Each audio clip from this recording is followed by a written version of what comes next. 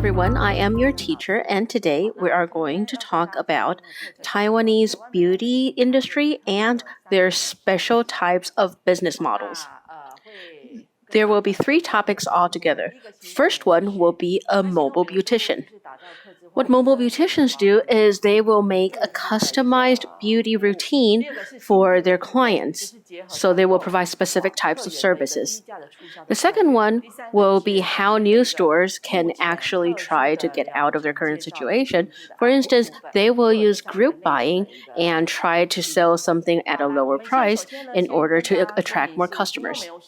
The third one will be something that is quite popular recently out there, which will be a massage for pregnant ladies. These will be the 3 topics we're going to cover. First, we're going to talk to everyone about the advantages of a mobilized beautician. Also, the difference between a mobile beautician and the difference between a beautician who works from a store. With mobile beauticians, they don't have the expenses of trying to pay rent. They don't have to bring all their things around, and they do not have to promote themselves through selling themselves at a lower price. They are also not under contract, so they have a much more flexible work hour. Also, another thing is a small amount of investment will allow you to bring back a lot more money. So for instance, if you're a regular hire, you will be making a little bit more than a regular hire. Your income will be about 40 to 60,000 NT dollars more. Also, another thing is since you are facing the customers directly, you will be able to have a lot of interaction with the customers and bring more income in. Next, we're going to talk about where the customers come from for the mobile beauticians. Basically, there's only a few types of people that will need a mobile beautician. First of all, people who live far away, so they don't have mass transportation that get to them, or the people who have children and they can't get out of the house, or maybe there are people who are very busy. They work, say, for instance, 12 hours a day, and they don't have flexibility in their hours, so they may need mobile beauticians. For mobile beauticians, their main job is they don't need a lot of tools that they bring with them at all times. But basically, the tool they need is, first of all, you need to have some face masks and something that's for cleaning and for nourishment. So they will have a small suitcase in Taiwan. And in the suitcase, they will have a little bit of face mask, cleaning, and treatments. And second of all, we will bring 2 tools. The first one will be an 8 times skin cleaning machine. With this machine, it will be able to not only do a cleaning, moisturizing, and a little bit of pulling, and it will help the absorption of the treatments. The second tool that will be very useful for a mobile beautician is a body sculptor. The body sculptor is something very cool. It has a 5-in-1 head, and it can help relax our muscles, and it can help sculpt different parts of your body, plus stress relief. It can also help do your facelift. Next, we're going to talk about where and how do we get customers for a mobile beautician. We can start from bloggers. A lot of these beauticians have bloggers that they work with. So these bloggers often will have information on beauty and techniques that they will share with people. Or they will often have specials or benefits that goes on for special occasions. So it will be happening on the bloggers. The second one are social media like Facebook and Instagram. And the third one is word of mouth. The fourth one, we can utilize some beauty magazines and buy adverts in there. The last one are expo shows. So these are shows that are shown in the different exhibition centers that a lot of times they will happen in Taiwan. They sell a lot of beauty products, and there are a lot of beauty shops there. You can also add yourself into some other social platforms. So in Taiwan, the social platforms, these will be the platform that mobile beauticians can join for a monthly or a yearly fee. And through these platforms, there will be beauticians and clients. For instance, they will say, well, in a specific area, I need a mobile beautician in this area. And then if someone was asking for it, they will post it to different beauticians, mobile beauticians, and they can go to the area. For mobile beauticians, in order for them to succeed, there are a few things they need to pay attention to. There are 4 of them. First of them, they have to be careful, they have to try hard, they have to be patient, and they have to be hardworking, they have to be diligent. The more diligent you are, the more money you're able to make compared to other people. So we're going to introduce you to different shopping platforms in Taiwan. There are an all-in-one and there are a half set. So, for instance, what is the all included? So it includes photography and also other advertising, and they will do everything, and including brochures, they will do everything for you. But they will also charge you a little bit more from the shop. They will take about 45 to 55%. So what is the half set? The half set, we will pay for the photography, but for the brochures, it will be done by the platforms. So if we are going to do the half set, we will be paying for our photography ourselves, and they will only take about 30 to 35% from the shop. So this is what the shopping platform is like in Taiwan. So how do we choose it? How do we choose a platform for group buying? So since internet is growing very well right now, we can search it, we can Google it ourselves, and we can see which are good group shopping platforms. Also, you can go from word of mouth and ask your friends or people in the same business. Or initially, you can also find a group buying platform and start at a small scale, and then you can, once you trust them more, you can increase more that you're working with them and other lessons as well. The next one, we will try to talk about how to negotiate with group buying platforms. For instance, if I am a shop,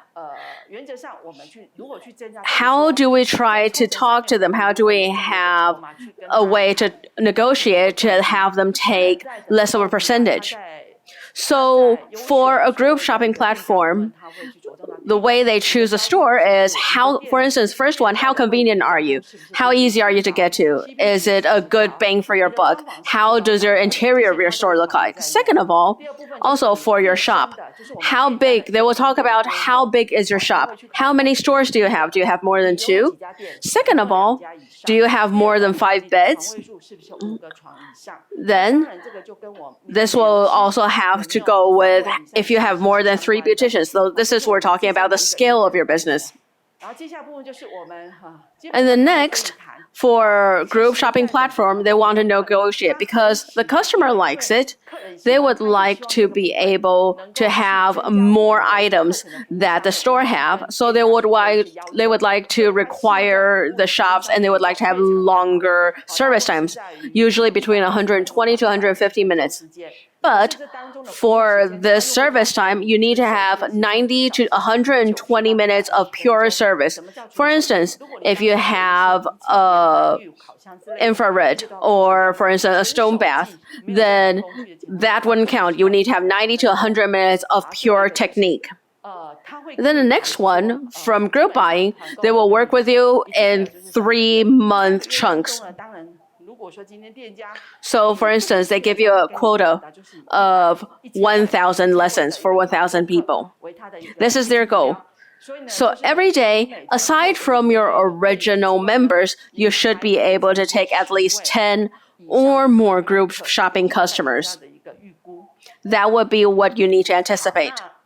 So how do they put products onto group buying? The first one will be an item strategy. So we need to have good quality products.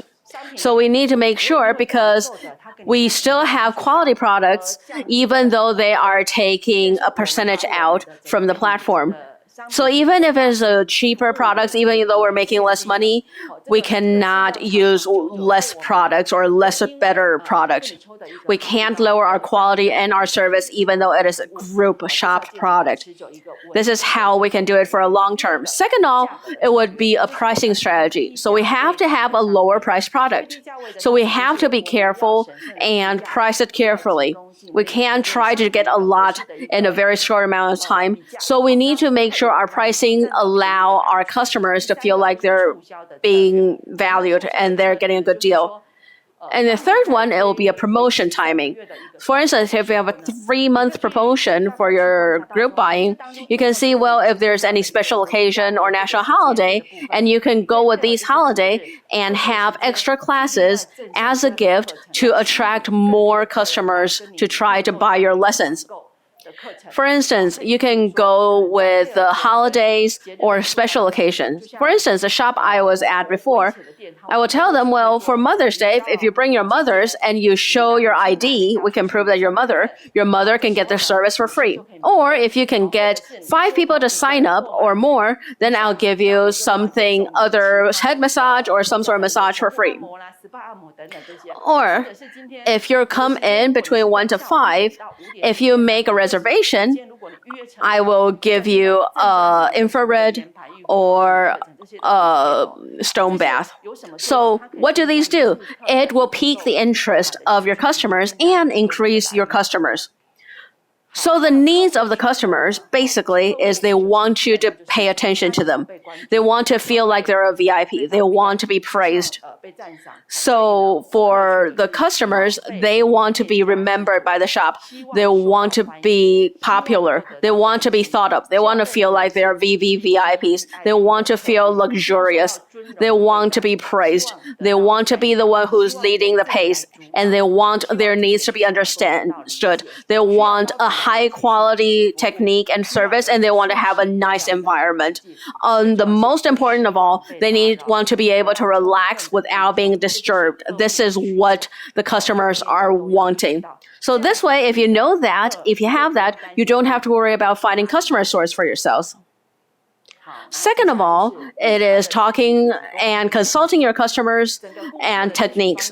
So for customer consulting, there will be the content and the ways to do it. So with the content, you need to know their basic information. How are they feeling mentally and physically? When they come into your shop, you need their name, address, email, and these are the basic information. And later on, we can use this information and we can provide them some sort of promotion or something that's nice for them. Then later on, you can add notes, for instance, what's their skin condition? What is the lesson they choose? These are some of the needs they have. The second one is you can introduce them a specific type of product and you can solve their problem. And third of all, and you can tell them, oh, what is our promotion today? This is the total time we have. These are the things that you need to tell your customer ahead of time straight away. So they will know, okay, this is what you purchased today and what it's like, what it includes, and how long it'll be. So when a customer comes to you today, you have to allow them to understand that whatever you bought or purchased today and how your company or how your business is like. You can tell them the scale of your business. It'll help them understand and trust you. Second of all, in customer information for the customer consultation, the first one will be for them to be in store and do some sort of consultation in person. You can know how they are, how they're feeling, and we can tell them, well, if you purchase something, and what are the different sets you can buy, what are specialties, and what will be the trial time for them. So this will be an in-person consultation. The other kind is they will call, and it will be an over-the-phone consultation. Over the phone, we can still explain all these things that we mentioned before to the customers, and then we can invite them to come to the store. We can make an appointment and have a lesson for them. Second one is the consultation and communication techniques. So what are these techniques? The first one would be listening. Listening skills are two kinds, aggressive listening and empathetic listening. So when you're actively listening, you want to be able to listen to them actively and actually give them a positive response. The second one will be sympathetic. Not only do you want to understand what they're trying to say, you need to also react to their emotion. So this will be an active listening and empathetic listening. Second of all, you also need to have the right timing for everything. You need to talk at the right time. This is a very important skill. The third one is showing how true you feel. So when you're communication, you're trying to solve a problem. So no matter what their ground is, you need to take your emotions out of it. You need to listen to them and then try to reassure them. And then you give them feedback. If they have any recommendations, you need to give them the right amount of feedback, and you need to make sure you enrich yourselves. So this will be the good ways of listening for communication. Listening, find the right time, show you mean it, and then give them feedback. The next one will be the process of trying to bring them in. There will be 4 parts. The first one will be the first impression of professional first impression. So for instance, today, when the customers come into your shop today, all your employees, all your beauticians should have uniforms on from head to bottom. They should all be wearing the same thing, and they need to have a standard operation procedure training. That will be a professional first impression. Second of all will be the attitude of how you face the students. You will have people who have the same way to greet someone, a 90-degree bow, and say their welcoming phrase. These are all different ways of welcoming someone in. And this, you need to establish a standard operation procedure to your employees before they start the job. The third one will be trying to understand and find out what the customer wants. What are the 3 needs they want? First of all, the need for products. So talk very clearly about what your products have. Time, the set, how they're supposed to. You need to make sure they understand. What are they purchasing today? What are the set for it? How long will it be? Second of all will be the need for the environment. What would it be? So you need to tell everyone what the environment is like. Where the restroom is, where will be the shower room, where will be a VIP room. And these are the things that you need to tell your customers when they come to your shop. And they have somewhere that's clean, comfortable, and relaxing environment is very important for the customer. The third one will be the emotional need. Emotional need is something every single customer needs. So all your customers need to be praised, to feel like they're needed. So you need to see what they need and give them the right service and the right products. And the last one will be using make sure your customer is the utmost important thing for you. So as service people, we need to always be looking and watching the customer and always listen to what the customer wants. This is extremely important. Okay, so the next one will be a technique to retain the customers. There are 7. The first one is for first-time customers. You need to have an environment customer, highest service quality, and a lower price. You need to use that to get their trust. Once you have their trust, then in the future, they will come here on a regular basis and maybe even bring more people in. So initially, you need to have a lower price, a high quality, and a comfortable environment. And so they will trust you. Second of all, the next day, you need to follow up after the lesson is done. The third one will be a reservation. Make sure you actively reserve the next lesson or the next service. And also, you need to try to update and follow up on how everything is going for them after the lesson. And then fourth of all, the product service. You need to go and follow up on how well the product's working.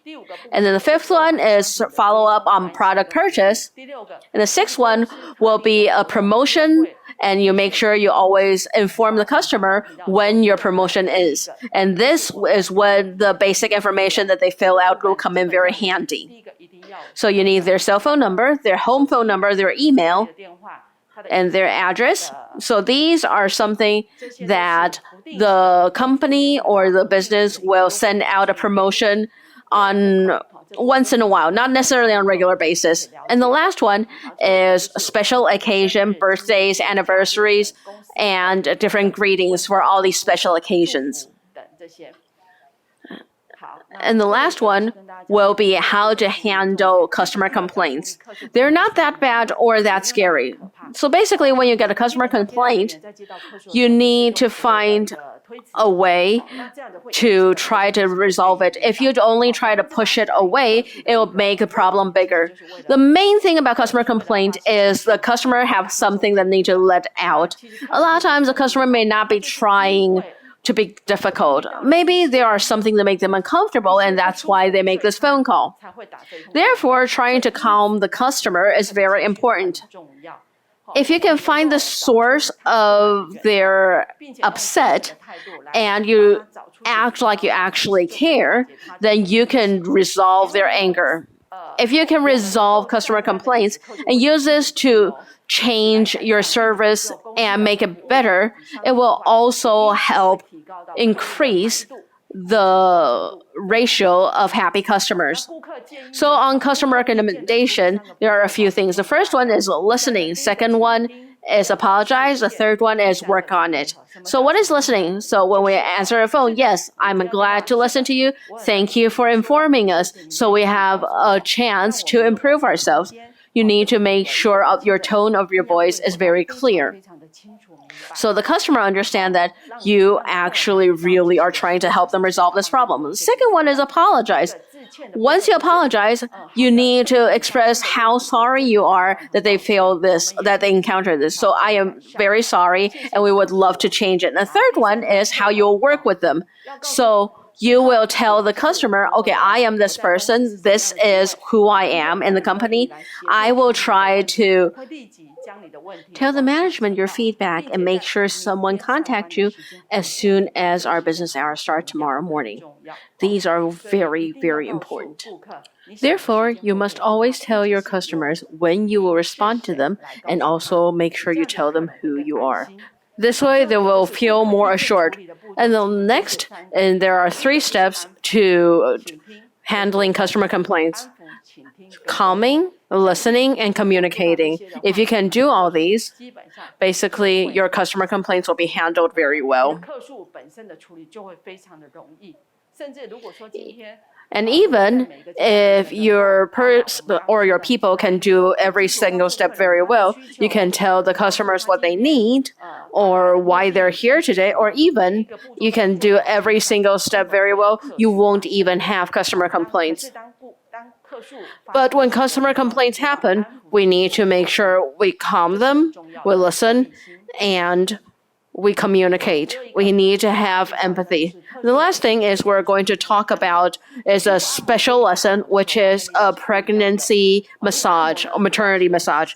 Usually when you're doing massage, you'll use your knuckles and you can open the tendons. And in Taiwan, people enjoy massage very much, and sometimes they want it very deep. That actually is wrong. There's a saying in Taiwan that more painful, the better. So for deep massage and the parts that are being trying to do, you need to actually use only the finger, the middle of your finger, to do it on a pregnant person. And you have to also avoid a specific acupuncture spots. This way, you will not hurt the pregnant lady. There are specific, a little bit stronger essential oils you would like to avoid. For instance, rosemary, juniper, and jasmine. But you can use a little bit more soothing and more happier citrus essential oils. For instance, orange and orange blossom and bergamot. And people who are pregnant ladies still need massage because during the pregnancy, there is a lot of times swollen legs and you need to actually release the leg pain and help circulation in their leg, and also release the tension on their leg to avoid varicose veins. So a lot of times it is going to be pain relief for when we're doing maternity massage, so to keep the mom and the baby more comfortable and help release water retention.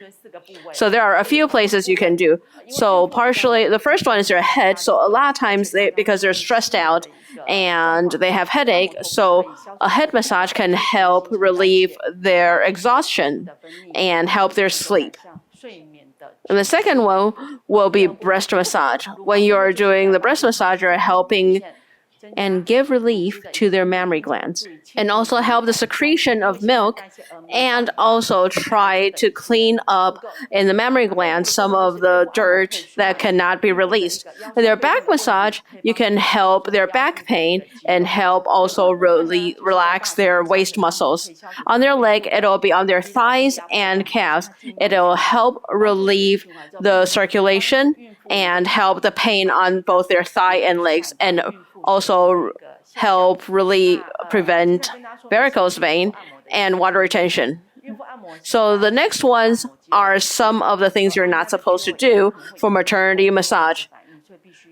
So because of what you're doing for the maternity massage, some of the acupuncture points may cause contractions. Because of that, you need to avoid those acupuncture points. A few of them, one of them is a Hegu point. The Hegu point is where our thumb, right in between our thumb and index finger. That's a Hegu one. The highest point right in between these two on the inside. The second one is our shoulder and neck. During our last lesson, we talked about on our shoulder,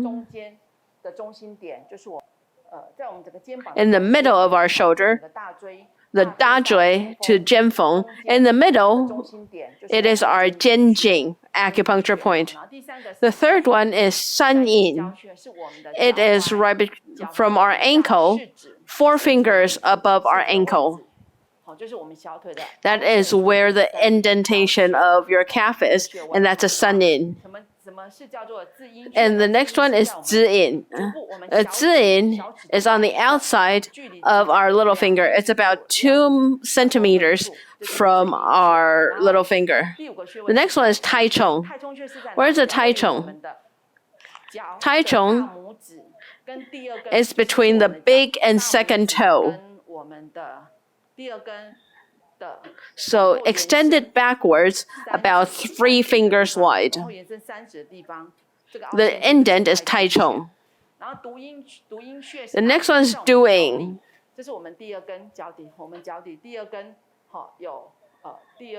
Doing is on our second toe and in the middle of the second toe. These 6 acupuncture points need to be avoided because if you press them, it may cause contraction. And it may be dangerous. So the Hegu, 肩经, 三阴交, 指阴, 太冲, and doing. These are the acupuncture points to avoid. And then we'll show you a picture and you can look at them. Next, the essential oil or massage oil for pregnant women. Because pregnant women are usually more sensitive and have more sensitive skin and a little bit weaker skin. So you want something that's more soothing and a little bit more mild. And you want something that is not overly moisturizing without too many added functions.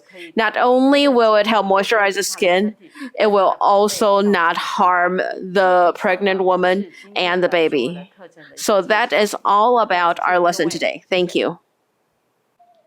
So now, what I'm going to do, I'm going to show you something that is the most suitable for our mobile beauticians. This is the 8-time moisturizing equipment. So it is actually very light and very small, and it is very easy to bring. The biggest characteristic is we can do a very deep clean for our skin. Usually we'll only wash the outside of our skin, but this one can clear all the impurities of our pores. Once your face is clean, then it can absorb way better, and it can absorb all the products way better. Once your skin is clean enough, it will be a lot tighter and firmer too. So we'll look at this real quick. So it has two water bottles. The first one is a clean water bottle. In the clean water bottle, we'll use a distilled water with a 10% toner. So this is a nutritious liquid, and we'll put it in the clean water bottle. And another cup here, you see it's empty, right? This is for wastewater. After we clean the face, all the impurities, all the dirty water will go into the dirty water bottle. So with this equipment, basically, no matter if we're doing a firming lesson or however many times you're going to do the treatment, you'll feel it very well because you're clean the face very well with this. So aside from the two water bottles, we also have a silicone head that is patented. It is very soft on the skin, and it is very comfortable on the skin. It wouldn't hurt the skin through too much friction. It wouldn't make the skin red or swollen. So this is a patented silicone head that we have on it. So we're going to see how we can work the equipment with all these buttons. The first one, this is a switch, and then we can do the timer on here. Usually for facial cleaning with these equipment, usually 10 to 15 minutes will finish one set of deep cleaning for a face. And then there are 3 different strength settings: high, medium, and low. The M will be a medium. It's for normal, regular skin. For high, for H, this is for a skin that has bigger pores, for male customers or people who put makeup on a very regular basis. So we want to clean it a little bit deeper. We'll use a high. And sometimes we have some people with more sensitive and weaker skin, and we can't use it too much. We can't use too much strength on it. We'll use it on the low. So let me show you when we're trying to changing the bottle, when we're adjusting the bottles, the water bottles. I have my clean water bottle here. First, I'm going to put the distilled water in here.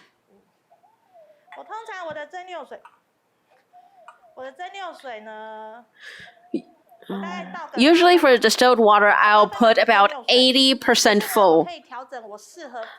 And then I can choose a toner that is good for specific types of skin, and I will put about 10% of toner in there.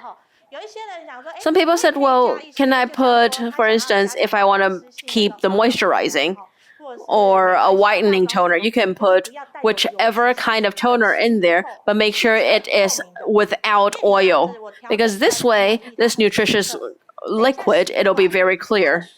So this way, once you see this is cleaned, you'll be able to see. Because the water is very clear, you can see it in a dirty water bottle, whatever you washed out. We can put it in, and then we'll close the water bottle. Our patented silicone head, we have a single way water that will not go back out, and it would not be recycled. So the water wouldn't be dirty. It will be always using clean water to wash people's face.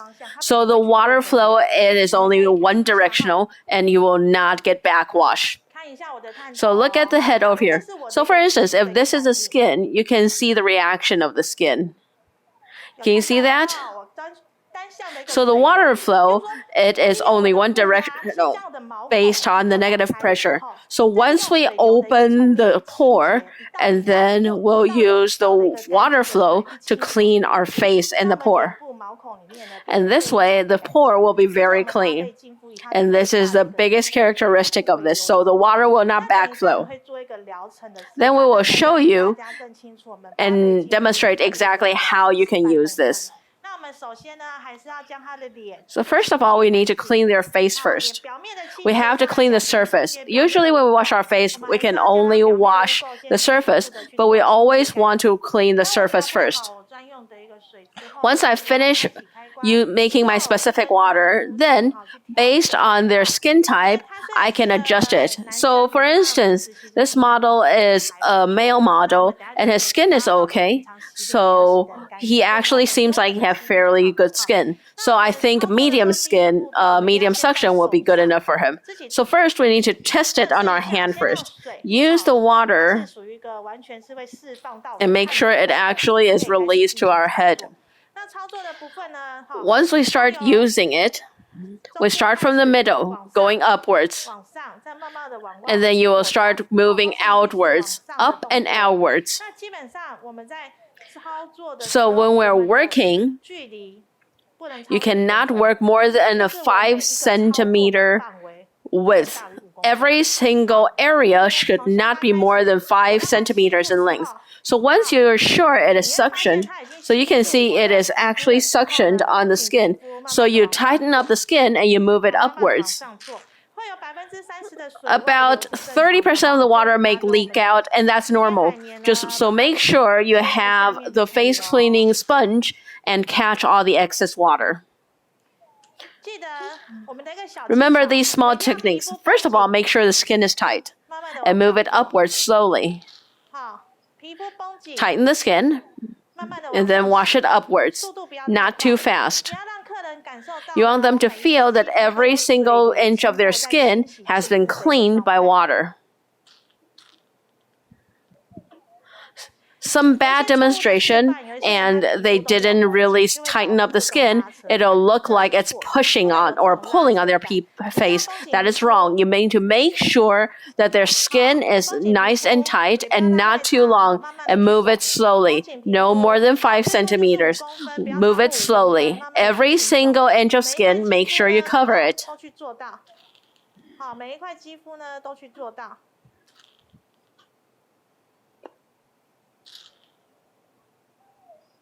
Wash it slowly, and don't wash it very fast either. Once it's suctioned, can you see that? It looks like the skin has been suctioned. So tighten it up and move it slowly. If you finish it and the skin looks very red, then you need to stop working on that area. So once it has suctioned up, and then move upwards. So once you pay attention to these techniques, you'll be able to use this equipment very easily. Sometimes you'll see certain bits that has more black or white heads. So there's a small technique. You'll use a head and then put it there, tighten up the skin, and then just spin and rotate the head a little bit. Make sure it's suctioned and you're actually twisting it around. And it will actually make the suction a little bit stronger, and you'll be able to suck out all the black and white heads. You can only do the twist and turn. It's only on the surface. The wrong demonstration will be when you push it very hard and then twist it. You should not be pushing down. It's only on the surface. Just lightly twist and turn it, and it will help pull out all the black and white heads. So we'll go back and finish all the parts on the face that hasn't been finished.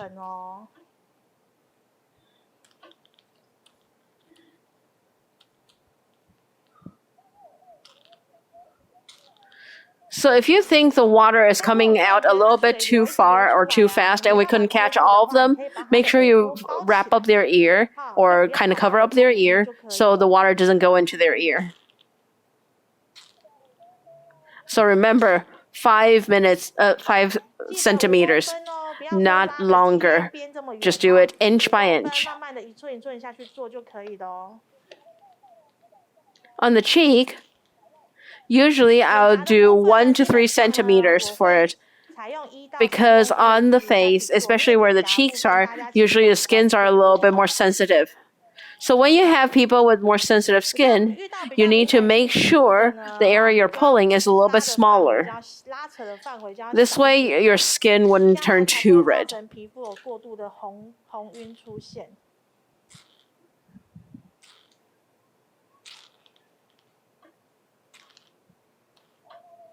So on the forehead, you can do the same thing. Some people have a little bit more oily forehead. It's a little bit thicker. So you can do a Z, like a zigzag line, to make sure it's cleaned a little bit better. So take a look again. So do a zigzag like a Z, and you can, so this way you can cover the same area over and over again. Or for instance, do it like a circular motion. This way it'll clean it a little bit better. It'll also get rid of cuticles a little bit better too.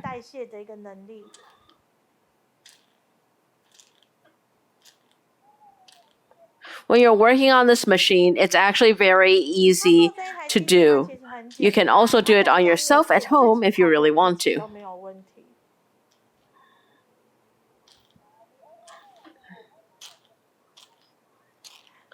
So now that we've finished our forehead, we can see that the nose isn't done. So we'll try to do working on the nose right now. So we will do this what we talked about and spin or twist and turn in the same spot. Make sure you don't push it in, just the surface.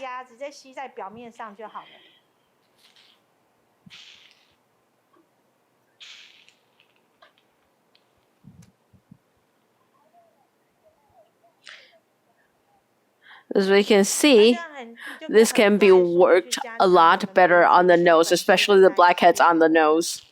Sometimes in the beginning, you can see like it's not coming out straight away, but the roots are already loose. And then you'll be able to get rid of them a lot faster once you start washing your face. Now I'm working on a little bit extra on the two sides of the nose. And you can see the difference of the two sides of his nose. Make sure you don't work on it too much, because otherwise it would be red for extended periods of time, and that means you have actually hurt the skin.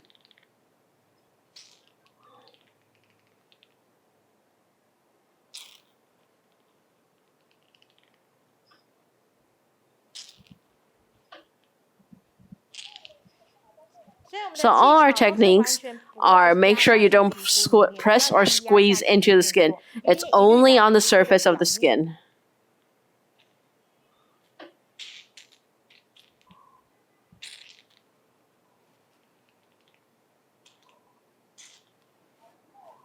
So now we've finished half the side of the face. We can make a comparison. You can feel it.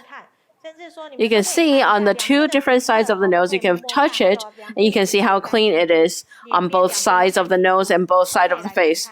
So you can see on the side that we haven't done, twist your face a little bit. Can you see all the blackheads? And on the other side, that where we have already worked on, and you can look at the blackhead, they're all gone. Also, on both sides of the skin, the glow and the pore and all the cuticle and the pore, they are all gone. So first of all, you can ask your customer to touch or even look at both sides of the face. You can see the difference very clearly. And then after every lesson, we will do the water cup comparison. So look at the clean water. It is very clear. This is what we have been using. This is clear water. And the clean water, this is what we're using to clean their face. Once we're done, this is the dirty water. This is after we've cleaned. You can see how dirty it is after we've washed his face. So you can do a comparison and a contrast. Can you see that? So it started out clear. So once you've actually cleaned it, it's a creamy white color. Some people have a creamy white color. Maybe they didn't finish washing their face wash or their products they're using for moisturizer or even makeup that they didn't clean up very well. You can see a lot of floating bits in there too. So once you're done with the entire lesson, you can show it to your customer so they can see the difference. And that's why no matter how many times you do the lesson, the customer can still feel it. So we can clean all the dirt in the pour very, very thoroughly. So that would be it. Once we're done with the lesson, how do we clean and maintain our equipment? There's a very simple step to do it. First of all, take the dirty water cup out. Make sure you empty that first. When we're cleaning this, make sure you empty the empty and the dirty water. You need to make sure the dirty water cup is empty, and then you close the lid again. And for the clean water, once we're done, you have to also empty it. So when you're cleaning it, make sure you go and get about 45 degrees Celsius to 48 degrees Celsius. So if it's a little warm, even a little bit warmer, that's okay. Pour it in. It doesn't have to be too much. About half of it should be fine. So we put the warm hot water in. So why are we using warm or hot water? Because when we're cleaning, after we're done with the lesson, the head and all the pipes will have a lot of dirt and grease that's on there. So if we use the warm or hot water, we can use it to clean up. So also make sure you also have a little plastic board with us. As soon as we open, and then set it for 10 minutes. 10 minutes is plenty. For the suction, make sure it is the highest. So all you have to do is put this little piece of board there and let it clean itself. Set it aside and then let it suck onto the little piece of plastic and clean itself. After 5 to 6 minutes, all the clean water bottle will be clean. So what we're doing is putting all the clean water into the dirty water pipe. So the last 5 minutes, you'll make sure it is empty, and then that will actually dry the entire bottle. So you can see it's almost gone already. The water is almost gone. So once it's actually done and it's empty, just allow it to suck onto air. In order to not waste the beautician's time, you can put the little plastic board on there, leave it there, and then walk away. You can go do something else, and then you just have to empty the dirty water bottle. So once this is all done and cleaned up, so how do we clean and sanitize the head of the machine? Just take a small, soft hair toothbrush and then brush all the crevices, and then use alcoholic cotton swab and then sanitize it. And that will be how we clean it. Next, we're going to tell you another equipment. It's a body sculptor that's the best for mobile beautician. So this body sculptor, you can actually see we have 1, 2, 3, 4, 5, 6 different heads. So this is a multifunctional equipment. So you can do all different parts of body sculpting and even muscle relaxation, and you can also sculpt your body. So let's look at this.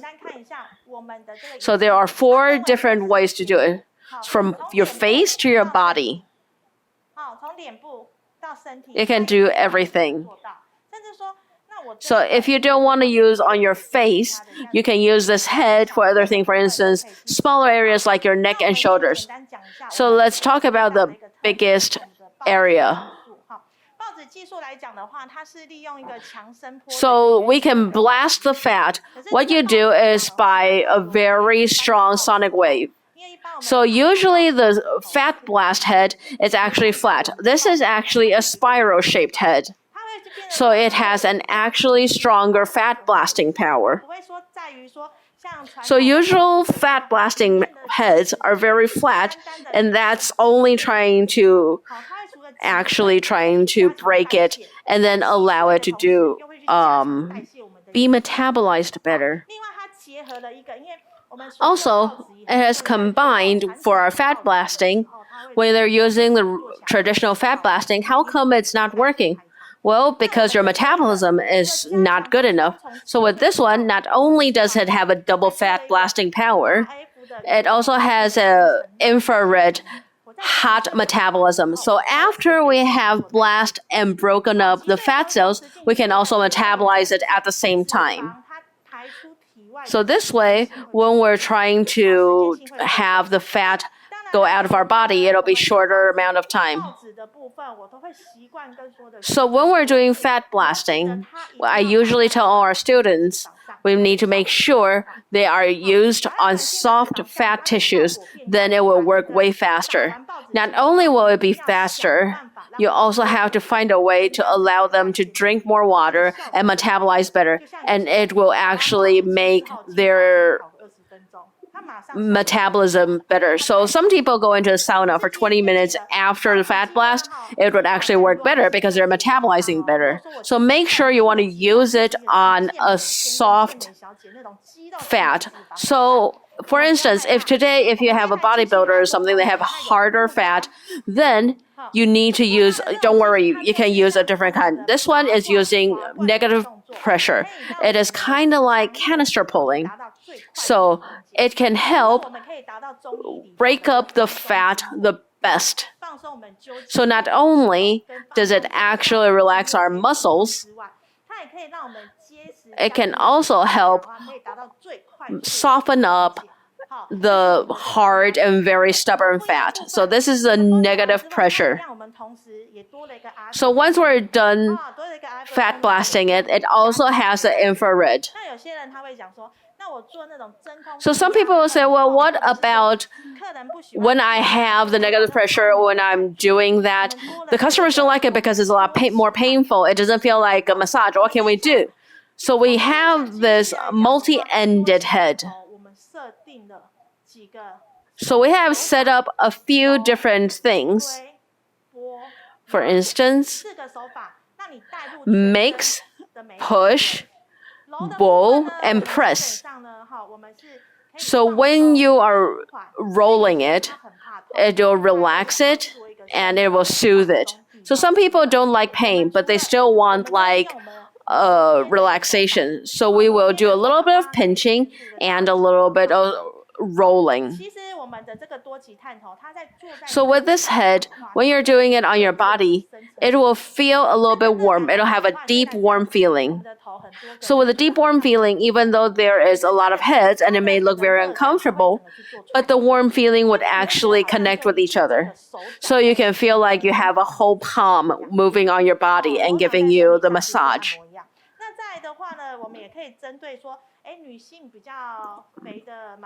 And the next, for females, the saddlebag, or where their fat is sitting, using pushing and pressing, they can do it a much deeper relaxation and fat blasting. Also, at the same time, you can use this. For instance, the multi-headed heated, they're using electrical waves. So it would also have a firming and pulling, so it will make the body look even better. It is firming and pulling. So this is the biggest difference of the head. So now I will introduce to you all the buttons. Our setting is whichever head you want to use, you will go into the picture that shows the head. So for instance, this is a 3-prong electrical wave. It'll have a time set and an energy set. The highest will be level 15. So basically, whether for your face or your body, from 1 to 5, we will use on our upper body or smaller or more sensitive areas. 6 to 10, we'll use on our lower body or a little bit thicker parts. 11 to 15, they will be a little bit stronger, something when you want something a little bit extra. So these are the 3 different levels. Once you go back to the other picture for the bigger prawns, there's a timer, there's an energy setting.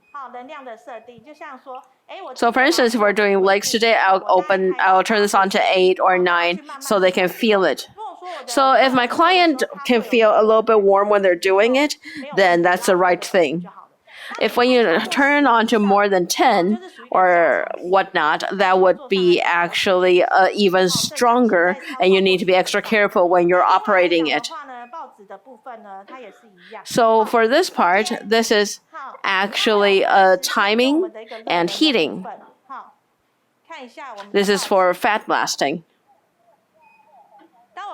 You can see the red light once you turn it on. But remember, when you turn on the fat blasting, you can't touch the air. They will actually break it. You actually have to touch it on someone's skin. And when you turn it on, make sure there's actually touching skin or without any product. So what I was doing, you shouldn't do that, but otherwise you will ruin the head. So you have to be touching something before you turn it on. Then I'll turn it off first. Then this is my infrared on the side for the RF setting for heating. So if I want to boost the metabolism, I will turn on the RF part. Also for the fat blasting, there are 3 different buttons here. The first one, it'll be a wave size. These are different modes. So when you're touching it on the body, you will hear a little bit a louder noise. That you'll hear a very high shrieking. And you can hear only the customers will be able to hear.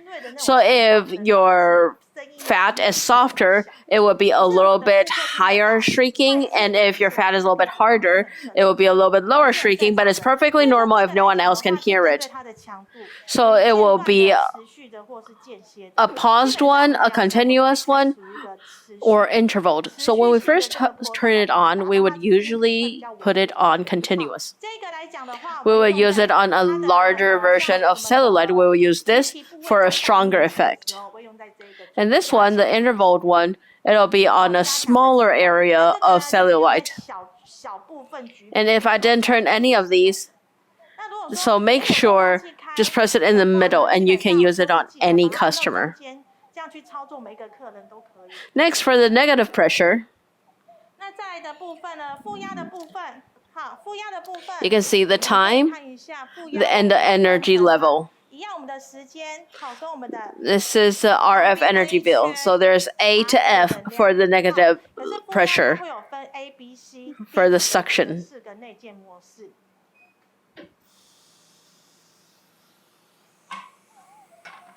So for instance, A will be without any air release. It'll be suctioned on the entire time. There will be no letting go. You can change how strong the suction power is over here. So you can try to do it and you can see when you're going to give up. But you can test it on your arm. And then there's also B and C. And they're a little bit lighter. They're not going on as strong.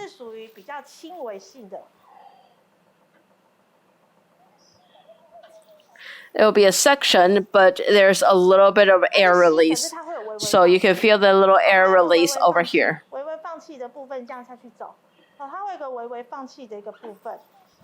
And in type C, mode C, it'll be a little bit stronger in suction, a little bit less release of air. These are the built-in modes. B, C, D, E, F, they have from more shallow level to deeper level, and they're all different settings.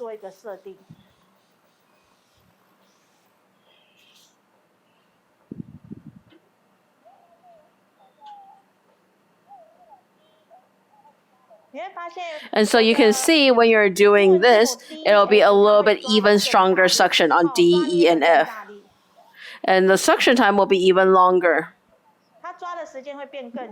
So you can use B and C on a more surface level, and you'll use D, E, and F for a deeper level.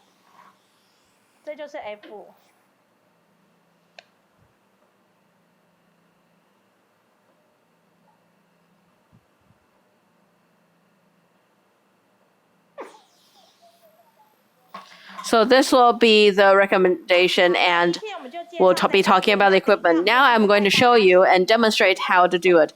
Now I'm going to show you how you sculpt the leg. So when we're sculpting the leg, I will be using a multi-pronged head. This is both the RF deep heat, and I'll press the second button right here. So usually for lower body, time-wise, 30 times should be plenty.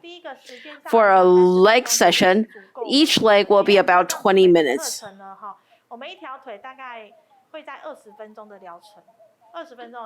And then for the lower body, energy-wise, we'll start at 5, but with this case, we'll start at 7 to 8. So while we were actually working on it, when we're touching the customer's skin, we think the temperature is kind of high, it's pretty warm. You don't want to set it any higher. So for the RF, it's a higher frequency electricity turned into heat. So for the customer, they'll always feel the warmth, but not the electricity. Also, when you're operating, the beautician's hand should not touch the 7 metal prongs. But where your pressure is, you can't only hold on to the hand. It should be on actually the black part. This is where you're supposed to hold. So if you put your hand there, it will help avoid professional injury, but you also need to make sure you don't touch the prongs. So that's something you need to pay extra attention of. So once I'm done setting, I will turn it on, and you can see the red light. Remember, we have to warm up first, turn it on first, and then we'll put it down. So for the leg sculpting, the 7-prong head, turn it on first and then touch it. Remember, you have to make sure all 7 points are touching at the same time. So first thing, you need to make sure the 7 prongs are all touching at the same time. You can't just put it down lightly and they're not all touching at the same time. Because otherwise, the electricity will be uneven and they will be a little uncomfortable and maybe feeling a little bit more fuzzy. So you don't have to be extra careful, but just put it down and touch it very confidently. And you don't want to hold on to the same place. You need to make sure you're moving it around. So remember, any of these multi-prongs head, you can't stay at the same pot. You can do it slowly, but just don't hold it at the same place. So as soon as you touch onto his leg, you can't not move it. I have to make sure it's sliding and gliding around for all our lessons. So you'll see the red light. First thing we're going to do, we're going to roll, push, bow, and pull.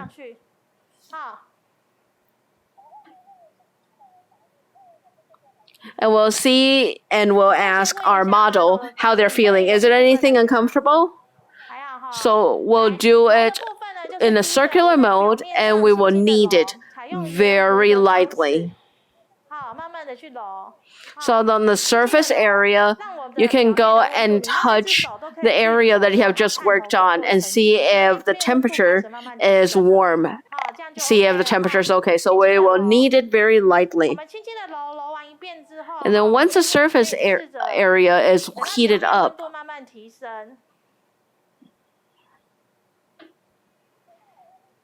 then we can put a little bit more pressure on our kneading.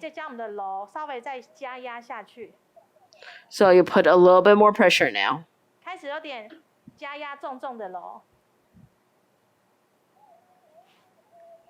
So if you think the surface area is a little bit too warm, you can lower the energy level a little bit. 降低我的一个能量。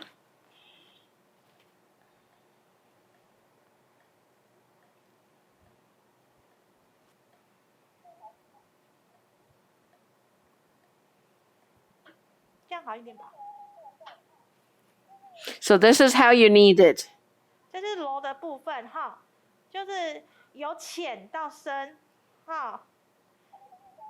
So from the shallow to the deep, you want to do it a few times. And then you can find the problem spot. So for instance, you can see this part is a little bit tighter. It's more knots. So you will try to knead it a little bit better. And it's fairly comfortable, so everyone likes it.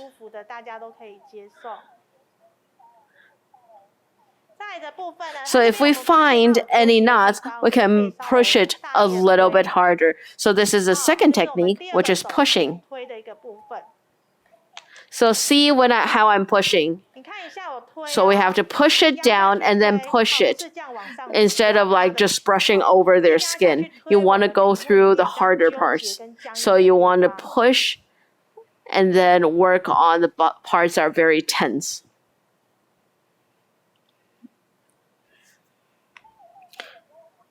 When you're pushing, sometimes it's very painful. So you don't have to do this on every single person. After you have done pushing, you can always knead it a little bit so they can be more comfortable and soothe it a little bit. So after you're done kneading it, you can push it, or after you're done pushing it, you can knead it.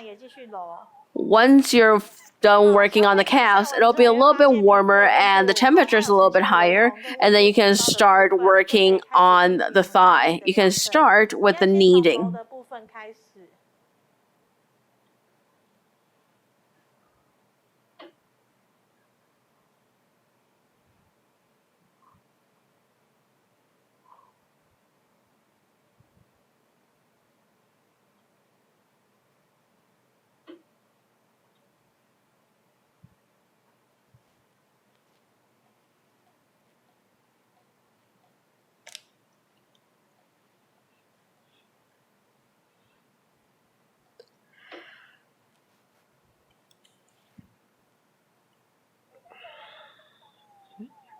So every time you're done with a part, when you're doing on the inner side, I'll do it a little bit different because it's more painful on the inner side. Sometimes I do it a little bit slower too. So when we're doing it a little slower, it will intensify the energy.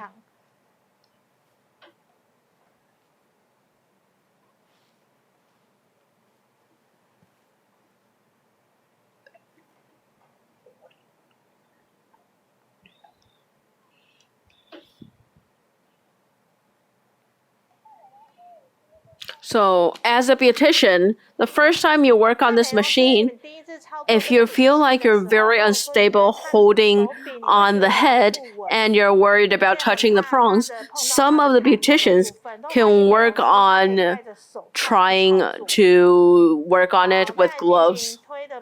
So next we're going to push.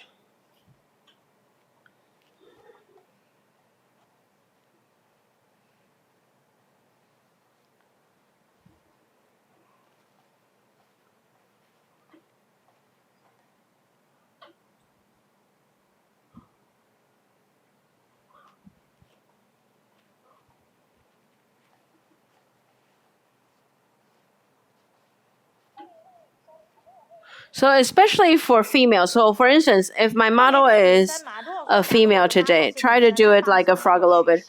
For females, the saddleback is a little bit more protruded. And I will try to do it a little bit more dense in circular motion to try to increase the energy here. You can feel the temperature rising here. And then you can do the massage or lifting over here. So work on the saddlebag here. Try to get rid of it with this brushing motion.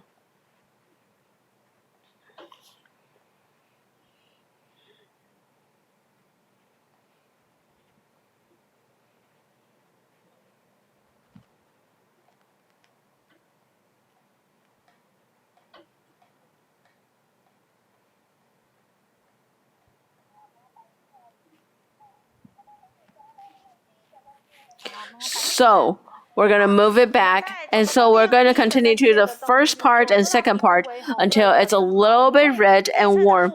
Do it lightly because it hurts a lot.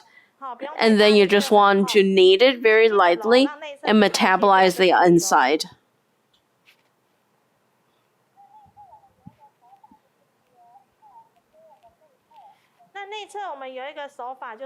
So another thing we're doing on the inside, what we can do is kind of like a flick. It's called bow.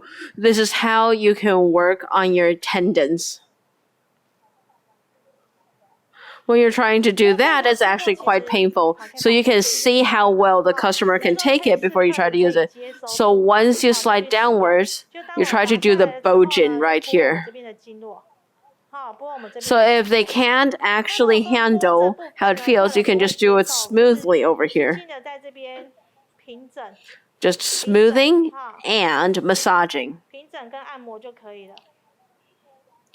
When we're done massaging everything, the last thing we're going to do will be a pull and lift. So there's a small technique for pull and lift. So you need to use your other hand as assistant. So you have to move and soothe their skin and shape it and pull it. So you're going to try to actually shape the skin and then smooth it up slowly. Shaping and slightly moving it upwards.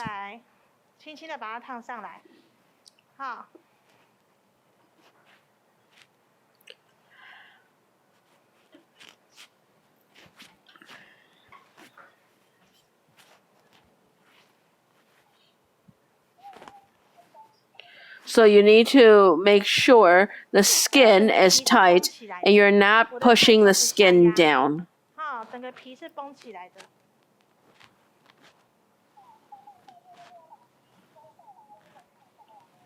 Sometimes I just want to tighten it up, make it warmer, and you can firm it up.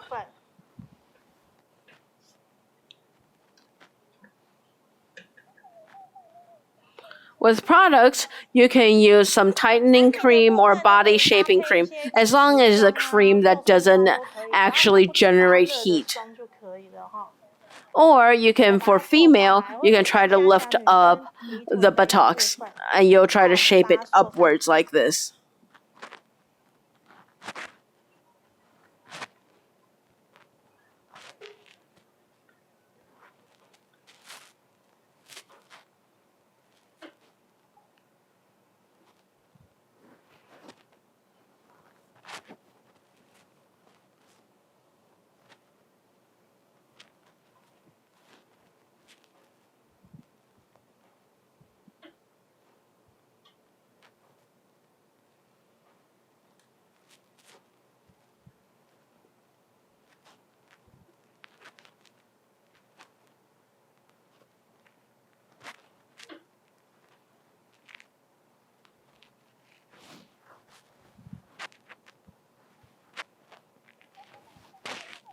Next, we're going to talk about the fat blasting head. So this is our fat blasting head. We'll press into its interface. It'll show two things. First is the energy level.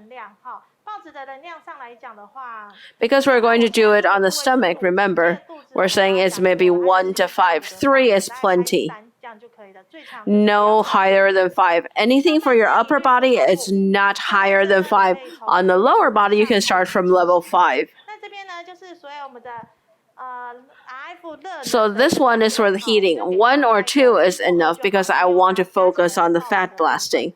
Then I can press on the start. So for the fat blasting, make sure you're touching someone's skin and then turn it on. The heat is turned on separately. So if we're just doing fat blasting and we're not working on the metabolism at all, we can just turn on the fat blasting by itself.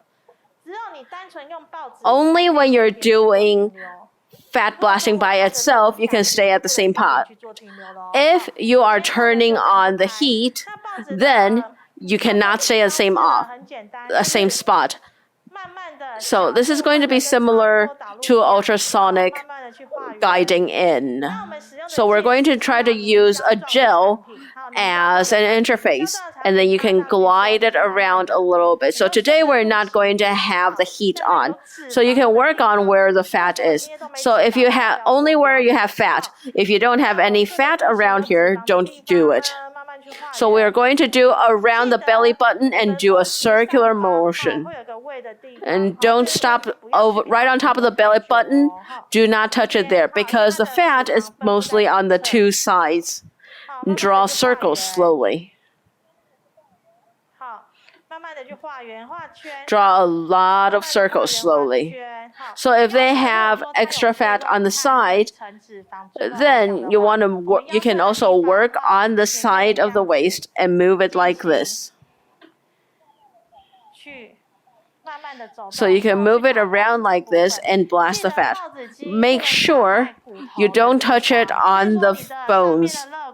So make sure you do not touch the bones. Like for instance, the hip bones right here. Make sure you don't touch it and guard it. So if today we have a lot of fat on the stomach, you can empathize on it and squeeze it together and push it toward the fat blasting head and let it stop there for 2 to 3 seconds. And then keep the fat blasting head there for 2 to 3 seconds and make sure it is blasting the fat and breaking it up better.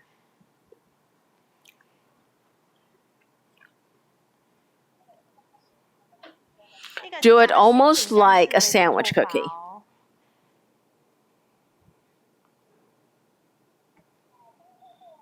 So once you're done with one side, you can work with the other side.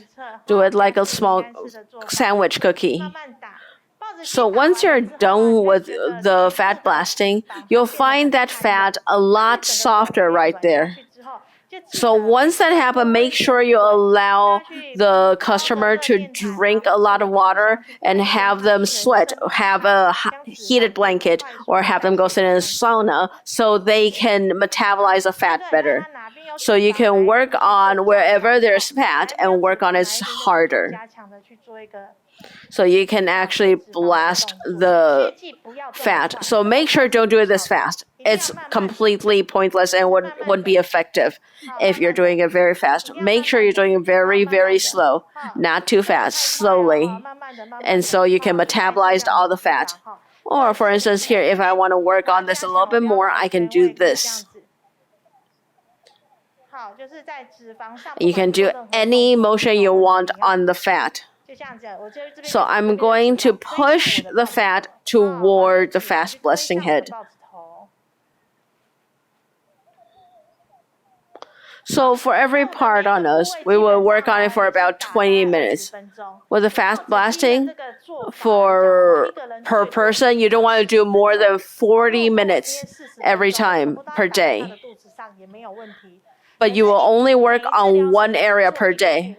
And that will be the most effective and no longer than 40 minutes per session.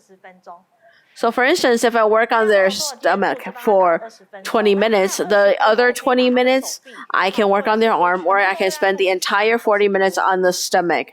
And that's how we do the fat blasting. Now we can do a stress-relieving massage on the back. So we're going to use a suction head with a negative pressure. So we'll be able to do on the back a relaxation and also for the Jing. So for A, it will only be suction and there will be no air release. So you can do your hand. But today, if we're just going to do stress relief, we can do B, C, D, E, F. I'll do either B or C. These are more on the surface. D, E, F, they're a little bit deeper. So we can work from the surface, and then we'll keep working deeper. We'll do B or C. We're going to choose C right now. And this is how strong the suction is going to be, and this is the energy. So make sure it's not over 3. 1 should be plenty. And then turn it on.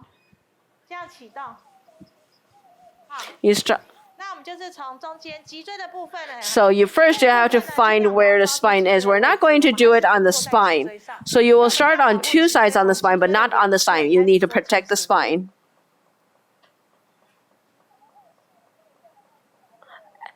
You can adjust the strength or the suction based on their condition.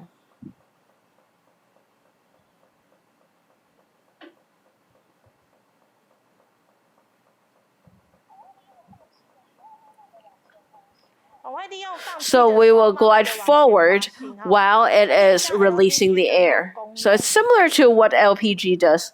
Is it too painful like this? So you need to pay attention to the customer's reaction. Make sure it's not too painful for them. Next, you'll use your hand is protecting your spine. So use your hand as a guide and protect your spine like this. So you can take your hand off like this and do it slowly, lightly, while it's releasing the air. Move it forward. So you'll do the first row of relaxation, the surface relaxation.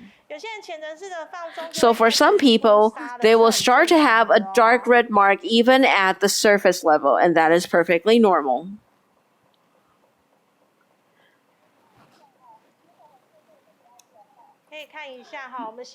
So you don't want to go too fast. You want to go with their tempo and move it along with the tempo.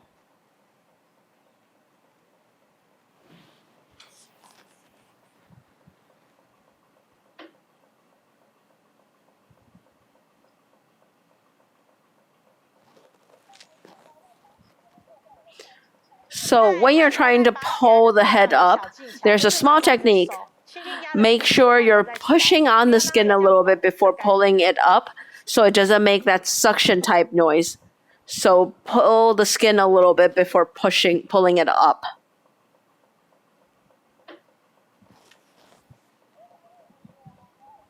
You'll see we're doing it on a very low suction.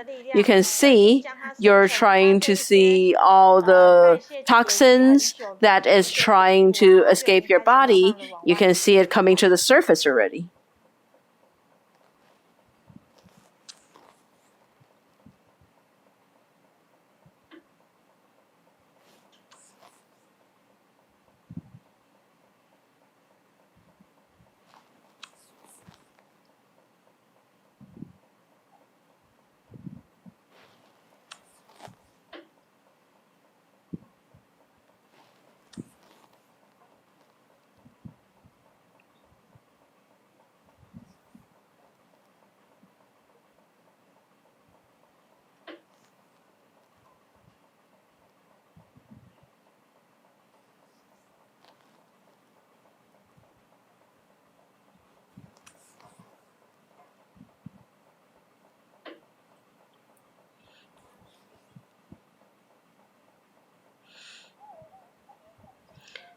So I will try to change it into a slightly deeper mode, and so we can emphasize on it a little bit more.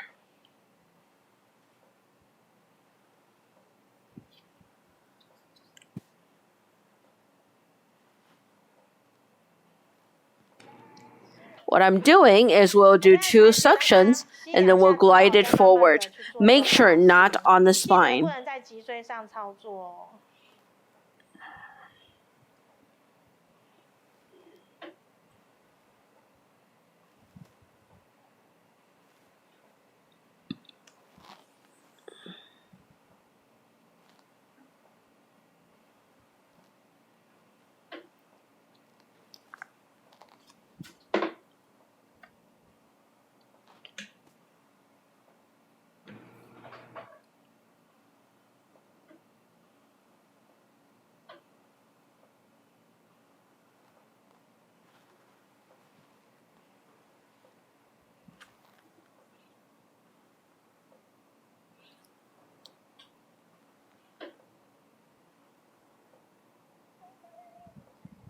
So after we're done working on the specific spots, I will do it on A, and we'll do it with our hands.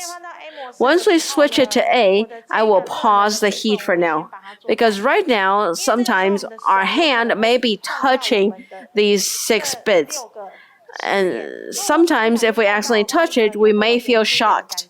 So we would like to pause the heating and we will just use the suction and the pressure to continue the toxin release. While I'm gliding in, when I'm trying to pull it up, I will put my finger in there to help the air release so we can try to avoid pulling on the skin too much.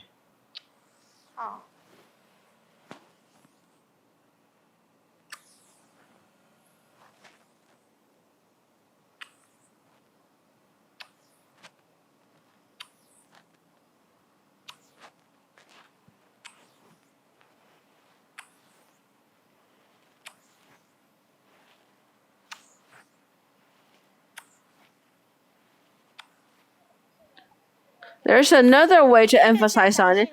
Once it is suctioned, let it be sucking on it for a little bit longer, and then try to pull it back and forth a little bit, and then push it outwards to release it. So we can start from the shoulder and then try to help them to do this in order to release toxins.